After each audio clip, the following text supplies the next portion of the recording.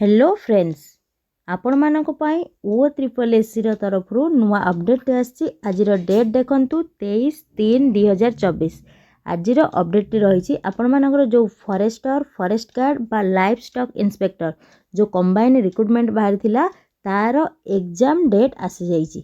Are exam केबे हो पिले ना एग्जाम हमर 24 एप्रिल 2024 बा 24 एप्रिल रु स्टार्ट हबो। केते पर्यंत ना 7 मे पर्यंत आपण मानकर एग्जाम स्टार्ट हबो। ए एग्जामटा आपण मानकर ऑफलाइन न है कि एथटा कोन हबो ना ओ ट्रिपल एससी एथर first time computer based recruitment examination बा सीबीटी रे कंप्यूटर रे आपण माने बा ऑनलाइन आपण मानकर एग्जाम हबो।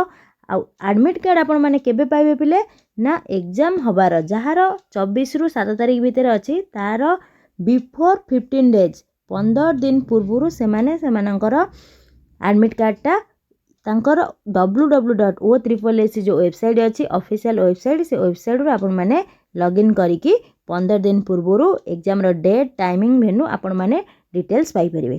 तेबे आपण माने एबे ठारू निजको प्रस्तुत करंतु। आउ अल्प दिन रहिला 24 तारिख रे आपण मानकर एग्जाम स्टार्ट सेति पय निजको प्रिपेयर करन। Thank you.